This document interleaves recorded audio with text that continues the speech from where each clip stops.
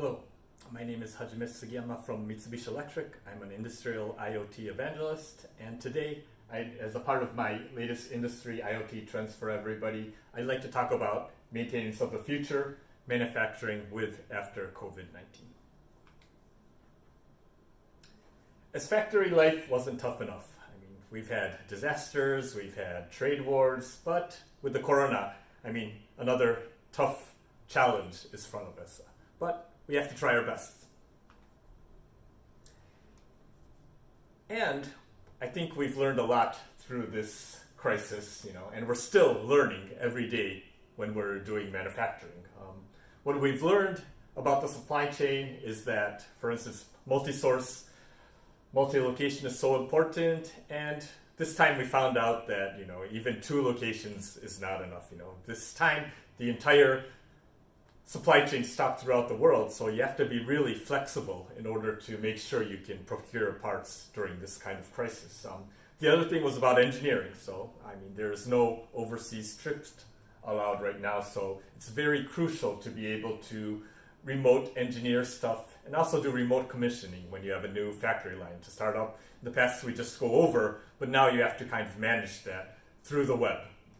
And finally, manufacturing. I'm going to talk about the other 2 topics in another presentation someday, but today I really want to focus on what's happening to the factory floor because of COVID. Okay, what's changed inside the factory? I think there's main 2 points that have changed. The first thing is we are going to need to do social distancing and contactless. And the other thing is shift to management, meaning we have to manage the factory with less people. First, about social distancing and contactless. I think you can imagine, every day in the restaurant you say take your social distance, but it's the same in the factory. We can't afford to have 2 people close together. They have to take their distance 2 meters away. And the other thing is contactless, meaning in a normal factory you would have one product flowing out the line, but in this case, this kind of product may be the carrier that will infect everybody throughout the factory line. So you want to reduce this contact as much as possible.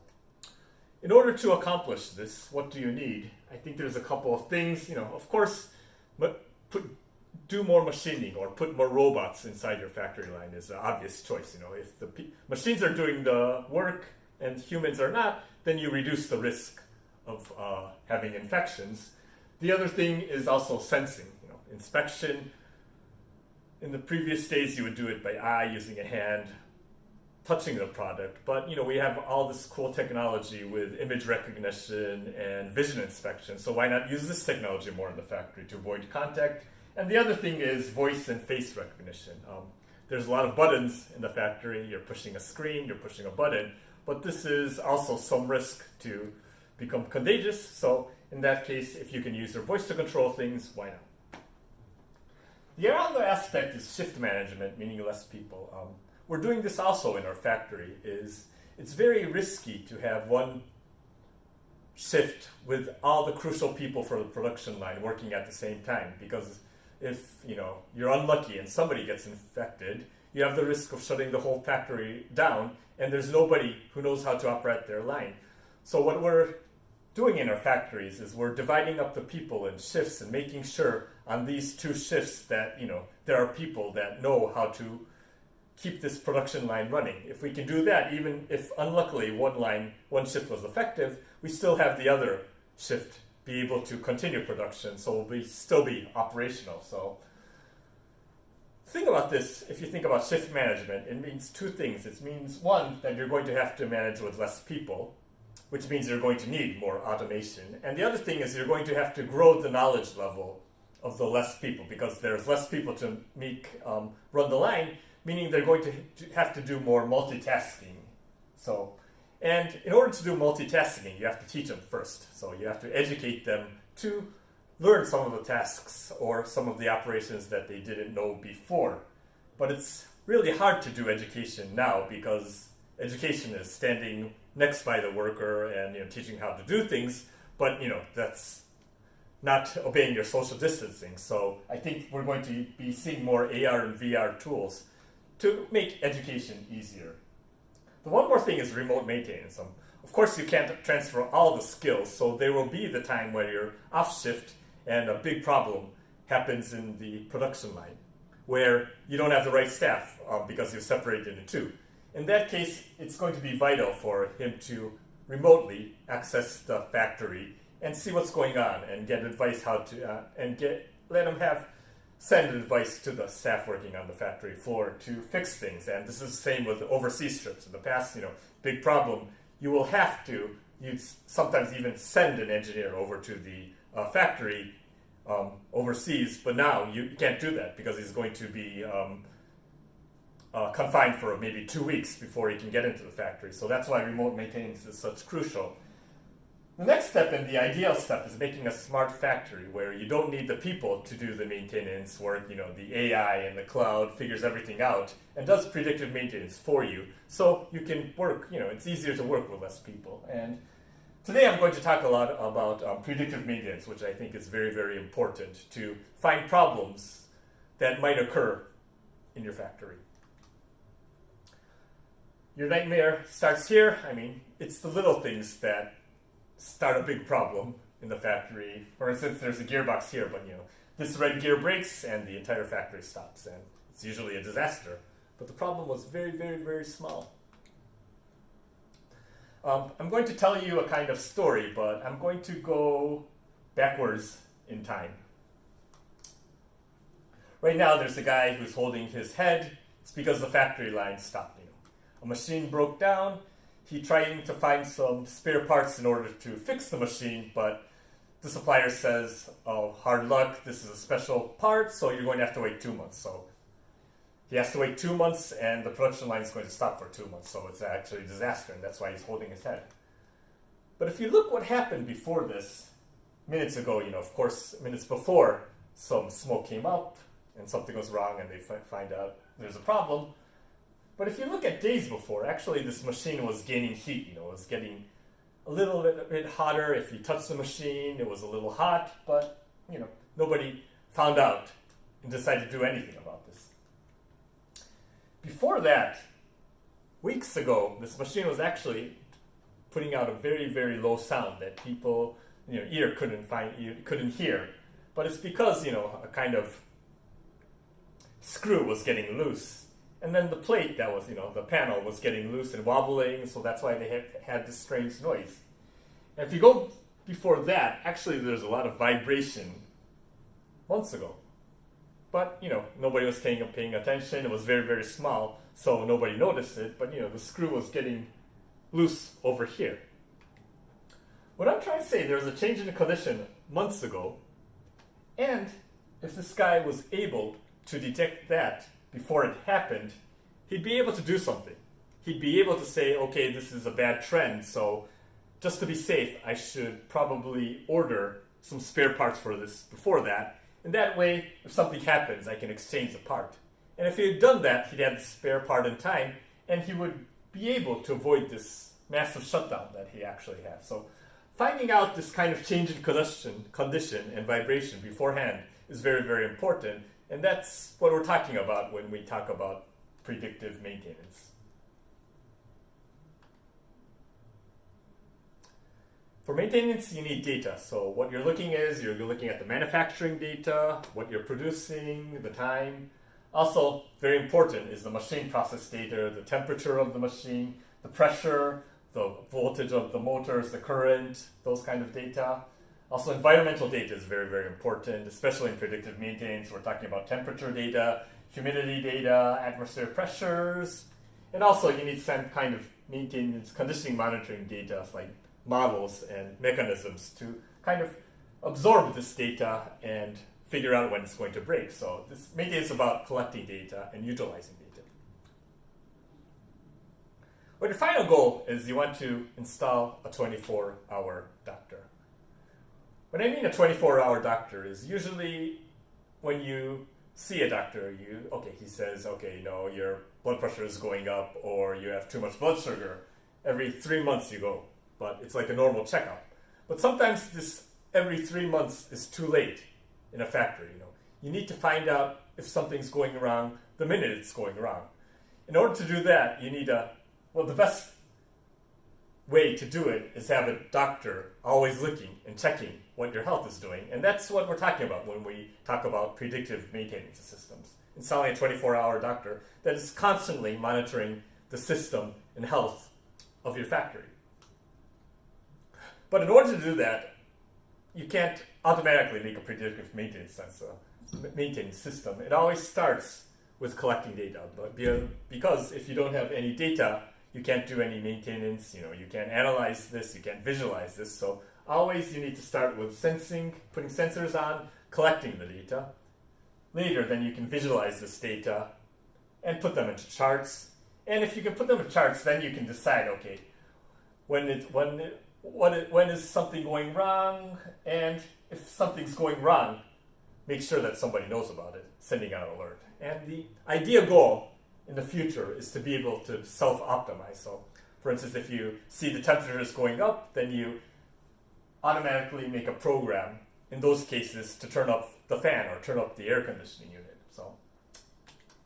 But it always starts with data. So without data, you can't do anything. Also important to know is predictive maintenance in a factory is a step-by-step process. You don't start with the whole factory. In order to do predictive maintenance for the whole factory, you need to start with small things like a cell. When you're able to do predictive maintenance for the specific cell, then you move on to the next machine. You move on to the next machine. And if you are able to do these predictive maintenance for these individual cells, then you will be able to do it as an entire production line. So first things come first. You're dreaming big, but actually you're starting small. And then after you do the factory line, then you can move to another factory line. And then finally, you'll be able to do predictive maintenance as a whole for your factory. But everything starts with the all individual machines. So it looks a little complex, but depending on the way you can do it, there's simple ways to do predictive maintenance. And I want to show you some examples of how simple it can be. I'm going to start with the example of a wastewater treatment plant in Germany, in a small town in Germany. So let's go into the details. This is the application. So it's moving wastewater from the bottom side to the upper side. And it does this by using these three, what we call Archimedes screw pumps. And these are moving by using a gearbox and a motor, so rotating. The issue with this application is this is an unmanned plant, meaning there's no person that's working in this facility, and the screws break between 1 year and 3 years. So you can't even ever predict when it's going to break.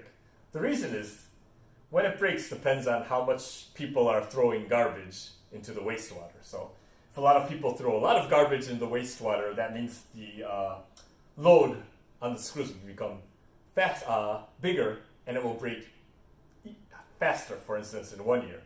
On the other hand, if everybody's not throwing away a lot of garbage, the water is clean, that means the load is less, so it might last for 3 years, but you never know. This depends on everyday life. So what they wanted to do is they were doing periodic maintenance, meaning every 6 months they go and then check to see if everything is okay, and then they go back. But sometimes they got an alarm that it's suddenly breaking and everything's overflowing, do something. And they wanted to fix that and be able to predict, find out when it would break, and to be able to fix things before the actual trouble happened. So what they did is they installed a predictive maintenance system, a 24-hour doctor. It's very simple. I mean, when you think about predictive maintenance, a lot of people think you have to put sensors all over the place. But if you look at this specific application, usually always the gearbox breaks, like 95% of the time, because the screws are connected to the gearbox, and this has the most load. If you look at the gearbox, it's connected to a motor that's rotating the gearbox. And what we did in this case was we put a smart vibration sensor on the motor, because if it felt more vibration, then we know something's happening, something's going wrong in the gearbox, and then we could send out alarms. So it's a very, very simple system. As I said, we just have 3 smart vibration sensors placed on the motors on the Archimedes screw pumps, connected to a PLC, and then remotely we connect this to the central maintenance center. So what the benefit of this is, first of all, if you wait till the gearbox breaks, a new gearbox costs about 5,500 euro. On the other hand, if you can fix the gearbox before it breaks, then an overhaul costs only 1,000 euro. So you save 4,500 euro just by doing this. The other obvious benefit is you don't have any complaints from the city if something goes wrong, and it's not an emergency to handle these kind of situations. So the cost of this was roughly about 8,000 euro, meaning that 2 gearbox failures is about 11,000 euro. So if you think about that, 2 breakdowns, and then you've already saved the condition monitoring system you've involved. So the ROI is very, very simple and achievable. And it's a very, very simple application, as you see. And we were able to develop this with the partners, with Schaeffler, with a system integrator, and we did the remote connectivity with Iwan and HMS. And luckily, it worked. I mean, 4 months after the installation, we found you got an alarm that the vibration patterns was not so good. It was different, and we went and we found the gear wheel defect. So it's a very, very simple solution, but very, very effective, and you also get the ROI. Next, I want to talk about maintenance on the edge.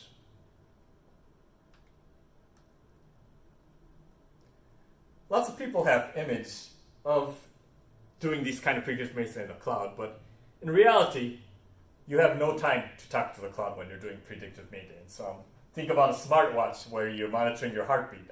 If something goes wrong with your heartbeat, then you immediately have to call an ambulance, and you have no time to do the analysis. It's a split-second decision you have.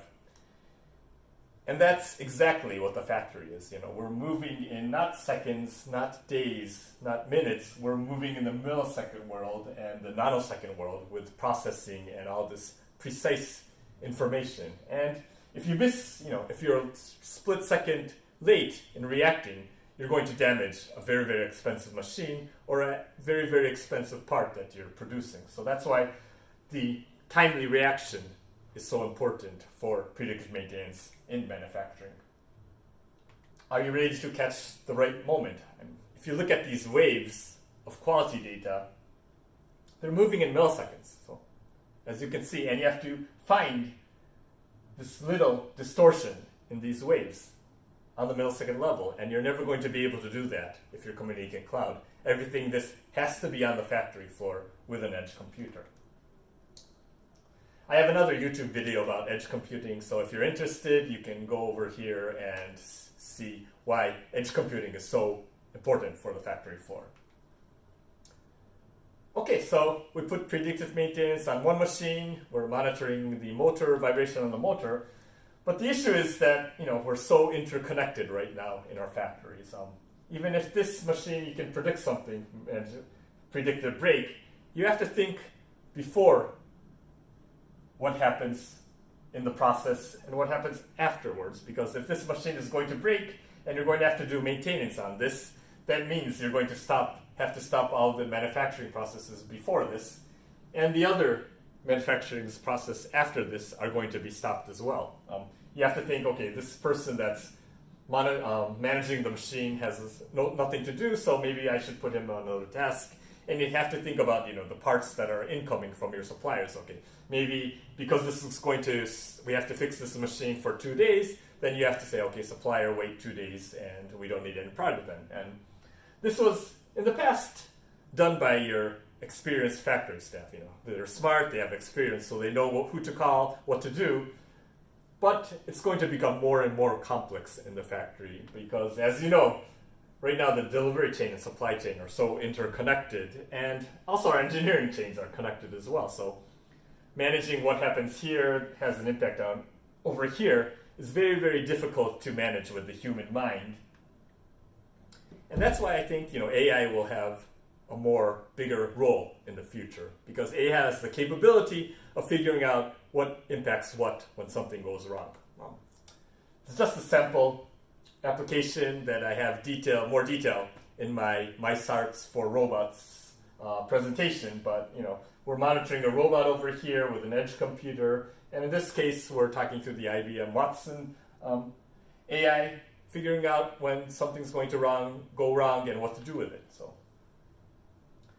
this is the actual maintenance screen, so it's detecting what's going wrong. Okay, we have a robot that's going to fail, and then in the future, I think it's going to be like this. A chatbot box opens, and we're going to talk to the AI, and the AI is going to tell you exactly what to do. In this case, he's saying, okay, there's a current value, there's a bad waveform in this robot, so these are your maintenance options. And it's going to say this thing, and you're going to check one, and it's going to tell you, okay, we have these parts in stock, so it's okay to do maintenance, or we don't have it, so I'm going to go to the SCM system and order it for you. Is that okay? So it's going to be easy, because the AI is going to decide everything for you and tell you the right options, adjusting your maintenance schedule. So I hope this technology becomes more and more refined. And at the end, you put on your AR glasses, you go to the machine, and it's exactly going to tell you how to repair this machine. It's pretty neat. And I have more detail in this explanation form with my AI applied to robots presentation. So if you're interested, you can take a look. I think one of the points is to making life easy for you. I mean, not a lot of people have detailed knowledge about predictive maintenance. So that's why we want, as Mitsubishi Electric, we want to help you with these issues. Like, for instance, as your first steps, it's always visualization and remote maintenance. So we have good SCADA solutions, remote HMI solutions for you. We have a lot of edge computing solutions, so you can pick up the waveforms in the millisecond time frame, and also do simple analytics with IPCs and real-time data analyzer software as well. We have solution packages, so you don't have to do a lot of programming or making screens by yourself. Vibration sensor solutions working with partners. And at the end, one of our goals is, as Mitsubishi Electric, is to embed these kind of predictive maintenance functions into the components itself. For instance, if you have a robot, the robot is going to tell you when it's going to break. And I think that's a lot better, because in that case, you don't have to set up your own predictive maintenance solution. All you have to do is buy this robot, and it's going to tell you when it's going to break. And we're putting this kind of functionality in our machines, in our CNCs, in our inverters, and our servo motors as well.